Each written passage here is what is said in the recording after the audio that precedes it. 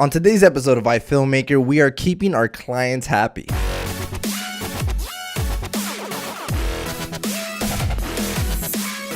Welcome to another episode of iFilmmaker. My name is Ariel Martinez. Glad you can be with us today. And I want to thank you guys for giving us the good feedback and good reviews over on iTunes. You guys have been doing such a great job with that and actually giving me more feedback on my social media at arielmartinez.tv. You guys have been contacting me and sending me messages, letting me know what you like, what you don't like about the podcast. And I welcome that. Even criticism, let me know what you think I should change.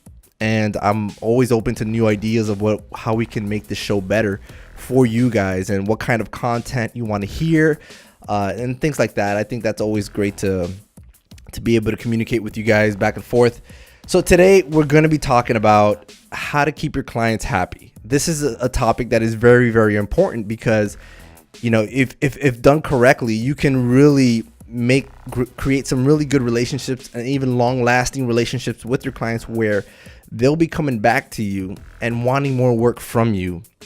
So that's pretty much why I was going to ask you why is this important, but that's why this is important, because you can get constant work from your client, and then little by little, as your career continues, you're going to see how, 2, 3, 4, 5 years down the line, 10 years down the line, you're still working with the same clients because you're keeping them happy. They're happy to work with you. There's a vibe that you give off that makes it just pleasant to work with you. So, and then I'm going to show you how I do it. I'm going to let you know exactly the kind of key steps that I take to keep my clients happy, to make sure that I'm fulfilling this. And it has really nothing to do with the quality of work that you provide. It's a given that they're expecting good work. It's a given. They have to be happy with the final product. But what I'm going to talk about today is basically, the steps, the elements that make you a good vendor to them. It's going to make them happy to work with you. It's going to, like I said, give them that good vibe that comes from you and working with you. So that being said, let's go ahead and get started. So one of the first things that I have here is communication. That is extremely important. Communicating with your client. Clients don't like to wait for your reply. They don't let it be so long after even they inquire about your services. You want to respond in a timely manner, preferably the same day. And it's very important that you do this. You don't want to definitely make them wait. And I would even recommend to have a proper professional email. Have a proper professional email. Don't have the same email that you created when you were much younger and much more immature. Have a proper professional email. If you have a website, I would say go make it to your website. If you're a freelancer like me, I think it's okay to have a Gmail account like I have.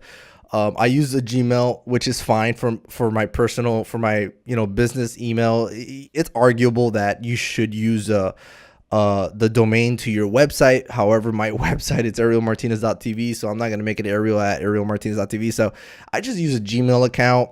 I handle my clients on a personal level, on a personal basis. So they email me, they basically get me. There's nothing hidden. But anyways, communication on a timely manner, it's very, very important. Don't make them wait. Don't give them the sense that you forgot about their project. So make it seem like their project is your first priority. And that's something that's going to stay in their mind. That's something that's going to let them know that you're thinking about them all the time, is when you communicate. And speaking of communication, also try to stay away from one-word responses. I get those from my clients, which is fine.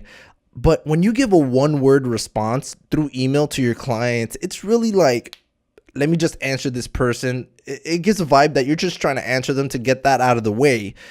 Give a detailed description of what you're answering to. Answering complete sentences. You want to, this is pretty much like business etiquette, I would say. You want to, let them know that you're really engaged in the conversation, even if it is just through email. 90% of the communication that I do with my clients and my businesses is through email. So make sure that you're answering on time and you're answering appropriately, because etiquette, your manners, even through email, can come across, could be read or mistaken for a different kind of manner, that you're a vibe that you're not trying to give. A one word word response, you may not have typed it rudely, but it could be read rudely, and you don't want to give your client the chance to even think that you're being rude with them. So give them a proper response. I usually like to end my emails with a smiley face sometimes, just to let them know that I'm smiling, that I'm that kind of person. I have that character, that I'm smiling, and which I do. When you talk to me, I'm usually smiling oftentimes, and I give a more proactive approach to emails and answering any questions that they may have. So communication is very important. The way you communicate is very, very important. So the next thing I have here on my list is keep your promises. This is, I don't know what's more important, but this is a big deal. Keeping your promises, making sure that you're meeting your deadlines is very important. Now, obviously, there are certain situations, certain circumstances where, my computer has died. My computer has died and I just could not continue working. And thankfully, I had a laptop and I had to do what I had to do. I had to basically, my laptop is still pretty strong, not as strong as my desktop computer, but you have to do whatever you have to do to make sure that you keep your promises. You want to make sure that your client knows that you're going to keep your promise. Whenever you say you're going to finish something, the day of the shoot, the day, if you say you're going to do a shoot that day, make sure that you come through with that. Now, there have been mistakes that I've made. I've had some horrible mistakes that I've made where I've double booked myself, and I actually lost a client this way. I double booked myself. And basically, I told 2 clients that we could shoot on the same day. And that was a huge, huge mistake. A big reason that I did that was because I did not write things down. That's something that I highly recommend you guys do. Now I keep a calendar, and I have to make a habit of checking my calendar every time I make an appointment, a shoot, anything with a client. I make sure I check my calendar before I agree. But keeping your promises, I double booked myself, and at the end I had to pick basically which client is more important, which one do I really not want to let down. And I ended up going with obviously the client that I always do work with. They always hire me for stuff, so I had to make sure that I kept that client happy. The other client was relatively new, and I just had to disappoint them, and it sucked. It really, really sucked. And it really wasn't disappointing. I didn't cancel the shoot. I basically had to find somebody else to cover me for that, knowing full well that they probably are not going to hire me. And this was, it was unfortunate. It was a huge mistake that I made. You definitely don't want to find yourself in that position. So make sure you're writing things down. You're remembering when you promise things. Your clients are expecting something of you, and you have to deliver that. So if you tell them that you're going to shoot on this day, you want to be shooting on that day. If you tell them you're going to deliver by this day, you want to deliver by this day. I usually always leave myself some extra space for error for whatever reason. If I know that this edit is going to take like 3 days to do, I'll tell them it'll be done in a week, and I'll just deliver within 3 to 4 days. You don't want to set yourself basically a goal. You don't want to set yourself a goal to fail. So it's really hard to come back from things like that. So yeah, I ended up losing a client because of this. I wasn't able to keep my promise of doing the shoot on a certain day, and really they couldn't change the shoot, nor did I want to ask them to do that. It was a really tough situation. Don't put yourself in that situation. Write things down, put them on a calendar, whatever you have to do. I'm still trying to find the best way to keep myself organized. As of right now, I just put things on my iCalendar, and I have it synced up with my computer, my laptop, my iPad, my iPhone, everywhere. And I make sure that things are written down, and that I don't forget things, because that is very, very important. It's funny because I started writing things down on my calendar. When that happened, I started writing things down, and I was doing good at that. I was writing them down. But then the next problem was not checking the calendar when I agree to do a shoot. So it defeats the purpose of writing things down if you're not going to see it after to refer back to that when you need to. So make sure you do those things. Write them down and check before you agree to any kind of shoot. So keeping your promises is very, very important. Do not set yourself up to fail. Now, here's another one. Turn their concerns about hiring you around. So the other day I was getting asked by a new client of mine, which I'm very excited about. It's this is FIU. I'm gonna be doing some stuff for FIU. This is the first actually real job, real good big project that I'm gonna be doing with Florida International University, my alma mater. So they were asking certain questions as to whether I can get this job done, and they had just their concerns if I can do animation and whatnot. And that was one of the questions. If they asked me about the Spanish, because this had to be done. It's a course in Spanish that they want to have done, and it's you know, I'm good with Spanish, and they're asking about audio, and we're good with everything except for when it got to the part of animation and graphics and whatnot. They want to include graphics and animation, which I don't do. I don't do graphics. I don't do animation. However, I did tell them that I work with graphic artists and motion and animators, which I do, and they do really, really good jobs. So I was basically able to let them know that you can have graphic and animation. Like, I can provide that for you. And basically, you don't want to give an answer of no. You want to let them know that it'll be taken care of, right? Even if you don't have anyone, you have until that time to find somebody. They're all over the place. If you just go anywhere, go to Production Hub, you'll find a ton of animators and a ton of people that basically can offer services that you yourself don't offer. So there's always that option. So make sure that you're going to be able to turn all of your clients' concerns around. You want to let them know that they're safe going with you. They're safe hiring you. So that's a good way to keep your clients happy. Make sure that you're able to provide, even if it's not you yourself, it's somebody else that is able to provide that kind of service for them. So now here's one that I do for my clients constantly. Not all the time, but I do it all the time. I would say not 100% of the time though. So giving creative critique. Now I've had some clients, like for example, Burger King. I pretty much, so the day of the shoot, I'm usually where I give my creative critique. The pre-production of the shoot, Burger King and their marketing agencies, they take care of all that stuff. They know what they want. They have a vision for what they want and whatnot. And that's, you know, they're pretty solid in that area. However, there are clients where they've requested certain videos of, you know, for the purpose of, I guess, marketing their business. But then I've had some, like, I guess, not arguments, but I've basically let them know that maybe this direction is not the best direction. What do you think about going in this direction? Because if you do this cheesy line, it's going to take away from the seriousness that you want this video to be for your audience. Think about your demographics of the people that you're trying to reach. And for the most part, just about all of my clients appreciated my creative critique. Now, sometimes when I get, I was recently working on a project for one of my clients, and then their feedback to my first draft was, okay, we want to add all this text. So on this time, at this timestamp, we want you to add this text on this time. And so basically what it ended up being, they started adding a text on every single frame. And I had to me, that kind of rubbed me the wrong way in the sense that that's just not going to look good. We did this entire shoot where the project's coming out real nice and they want to add text to everything.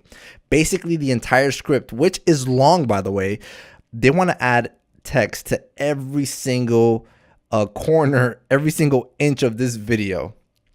And I know that usually that doesn't go so well. And, I try to let them know that, I did I added all the text and I sent them the following draft with all their requested changes and whatnot.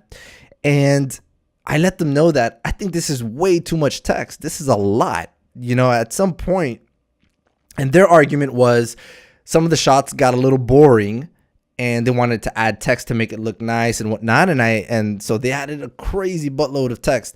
And I told them that this is just drowning the video now with text. At some point you want to let them enjoy the video as well. So we had a very small back and forth. I let them know my concerns, my creative concerns on you're diminishing the quality of what this video could be by adding all these words and text and whatnot. And they let me know why they wanted to add the text, why they think it's a good idea, and that was it. That was the end of it. I didn't push too hard. So that's basically the point that I want to say is don't push too hard. I think clients will always appreciate your creative critique, but get a feel for them. Get a feel, because sometimes, just like Burger King, they might have a good head on their shoulders in terms of what they want. They might not need your creative input. So when it came to Burger King, the day of the shoot is when I gave my creative input in terms of angles, lighting, etc. That was my stuff. When it comes to marketing, more besides Burger King, because that's a very separate case, but more often than not, your creative input is usually going to be welcomed, and let them know. And, don't just blur out ideas because you know them.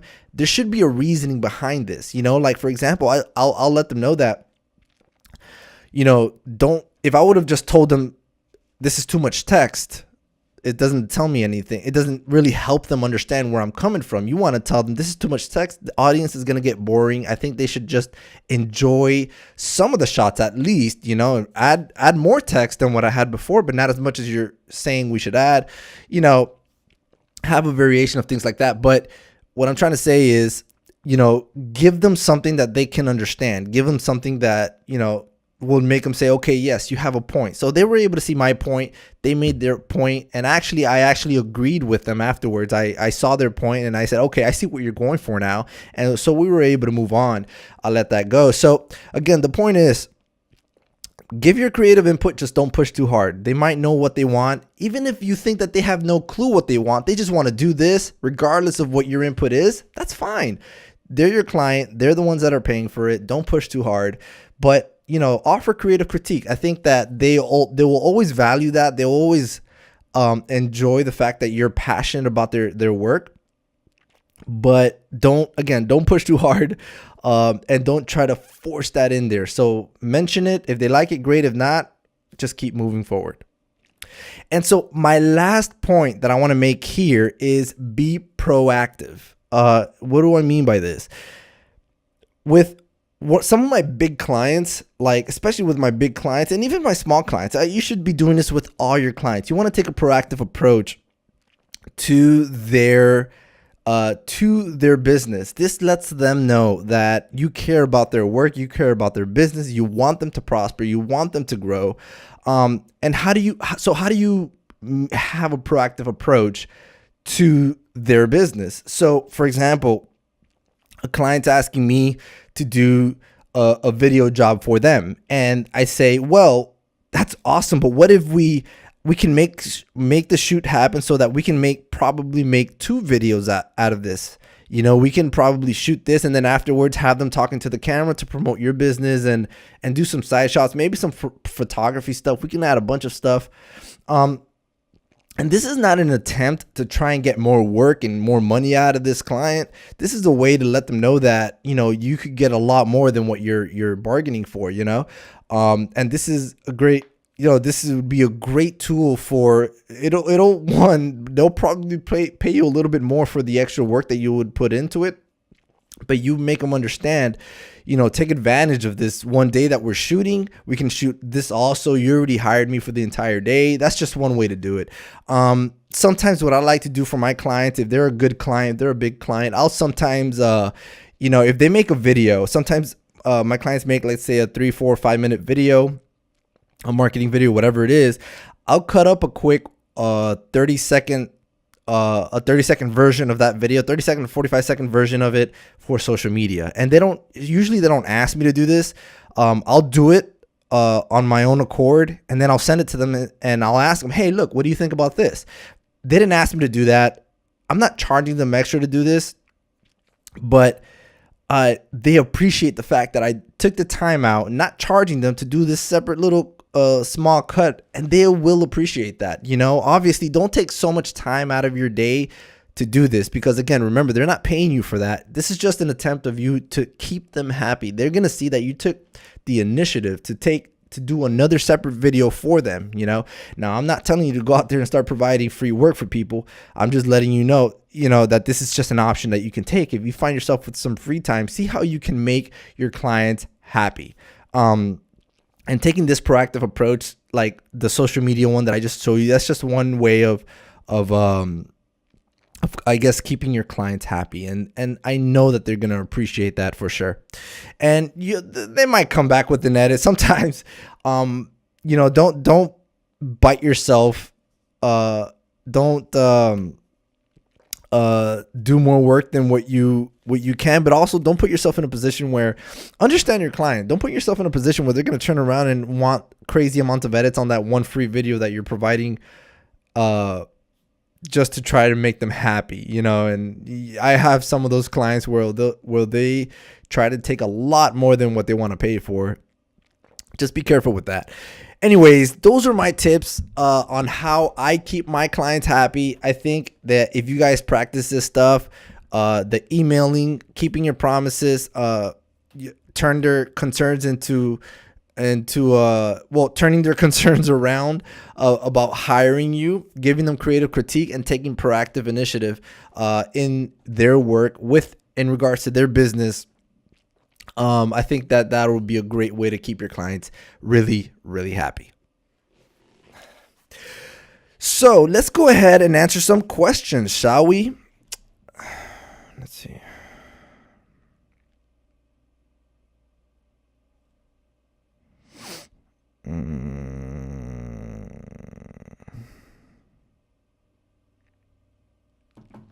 So let's go ahead and answer some questions. I got a few questions from you guys today on Instagram. The first one is from Sarab. Sarab on Instagram is asking, is there any copyright issue if I use radio mix of a cover music in my YouTube video? There is a problem if you're monetizing that video. Now, you can use whatever music you want. You see this all the time in YouTube. You can use whatever music you want, copyright or not, whoever's licensed it. You can use anything you want. The problem occurs is when you start making money off that video. If you're a video business, this is where you got to be careful. If you're a video business, if you make money making videos and you're out there, even though you're not making money off of the video that you used, the copyright content, and this is music and this is visuals, images, anything. If you're using that to potentially promote your business, then you are making money off of it. And you have to understand how that works. I don't want people using my footage, my stuff, to start monetizing their growth, like to start making money off of that. That's not fair to me. That's not fair to the creators of that content. But if you're not making money off videos, if you're not even in the industry at all, then I don't think you have anything to worry about. Just remember, if you do have a video business, if you are in the habit of making money from videos, even though that specific video is not monetized, it may become a problem for you. So I suggest you copyright everything. I suggest you license the material that you use just to be safe, be on the safe side. And that's pretty much it. Even if you don't have a video business, simply by monetizing your videos on YouTube, that will become a problem. So just be very careful with that. You don't want to step out of bounds with that, because it will become a problem really, really fast. It was actually, early in my career, when I first started, I had done a wedding video for a friend of mine. He didn't pay me or anything like that. I just did the video out of the courtesy of my heart. I wanted to bless him with that gift. And I ended up using the music from YouTube. And it was actually out of their request. They asked me to use it, and they wanted it for their video. And that you could always do that. However, the problem came when I uploaded that wedding video, because I wanted to use it to promote myself. I uploaded that wedding video on my website and on my Vimeo account. And that's where the problem became. They actually contacted me. The agency that represents them contacted me saying that they're going to be filing a lawsuit against me. Thankfully, my pastor is a lawyer. He saw that and he contacted them and said, look, this guy, he basically fought for me and just they dropped everything. But they were really coming down hard on me for using their song on a wedding video. Even though that specific video wasn't making me money, it was being promoted on a website, even on my account where I let people go and see how I work so that they can potentially hire me and then make money. So that's where the problem occurs. So be careful with the copyright issues. Be careful with licensing. I highly suggest you license every content that you use if it's not your original content. Next question from Lizzie. I have a passion for film, but I am not able to enter any college due to lack of funds. What's the best way to learn to keep myself relevant with what's happening in the industry? There are many ways that you can do this.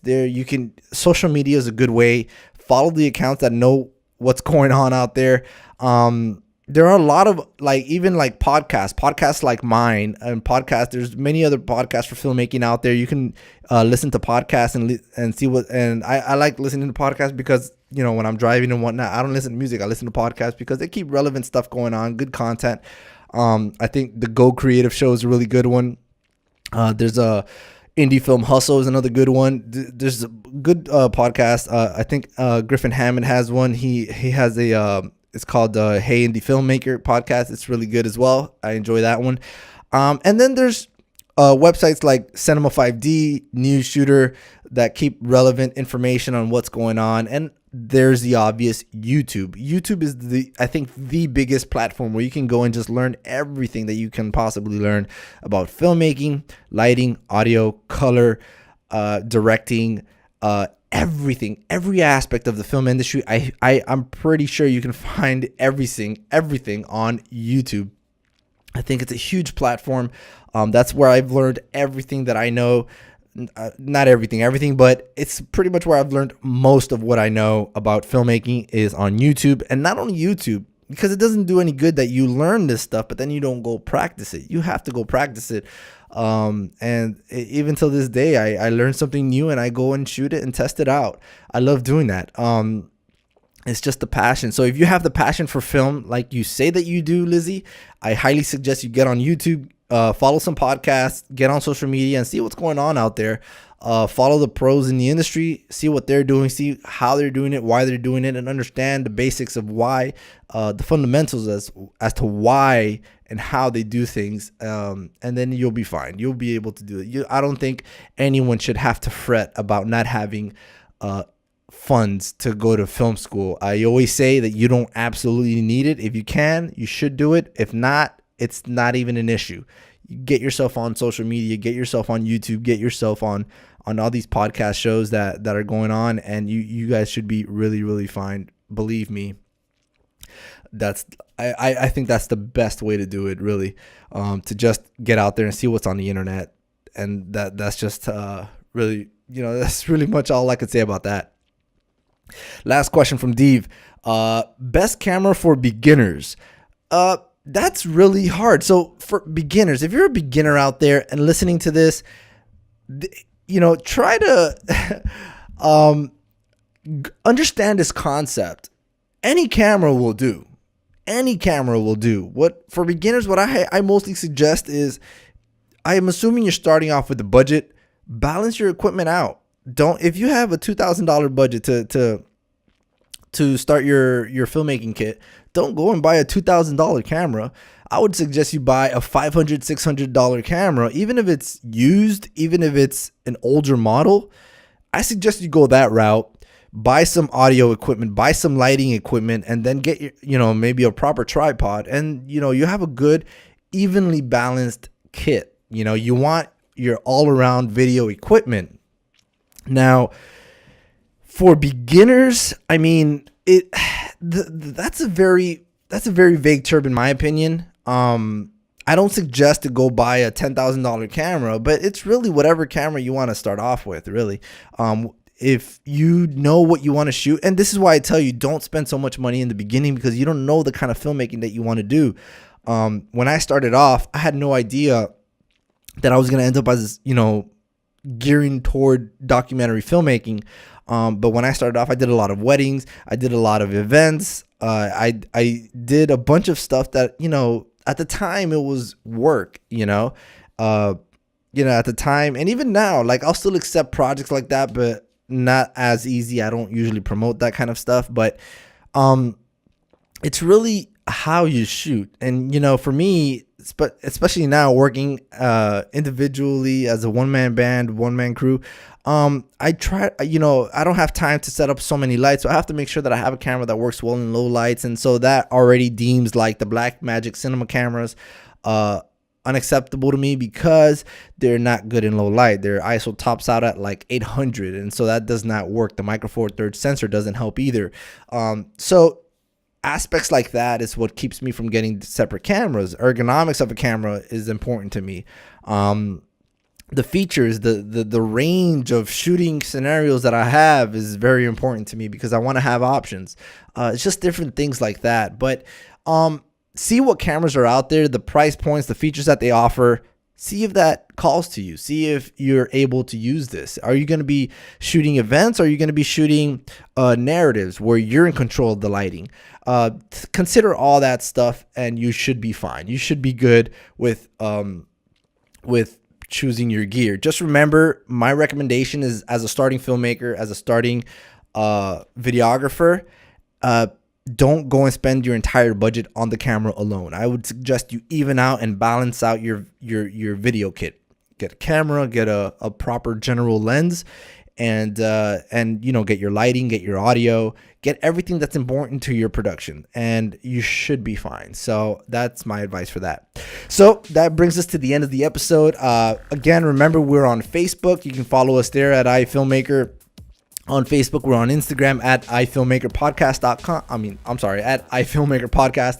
And then our website is ifilmmakerpodcast.com. And hopefully you guys can go over there, leave us some more reviews on iTunes, actually on SoundCloud. Leave us a review. Let us know what you think about the podcast. We definitely appreciate that. And we definitely appreciate all the feedback that you have been giving. Continue to write me. Continue to let us know what you think about the show, what you would change, what you would like to hear. Ask your questions. I would love to answer them here on the show, and hopefully we can keep this going. And I'm really enjoying this stuff. So until then, I'm working on some more interviews to bring on the show, some pretty prominent ones that I'm excited about. I'm not going to let you know just yet exactly what it is, but it's actually coming, and I'm very excited for the next interviews that we have coming up. So thank you guys for watching. If you're on YouTube, thank you for watching. If you're on iTunes or other audio software platforms, thank you for listening, and I will catch you on the next one.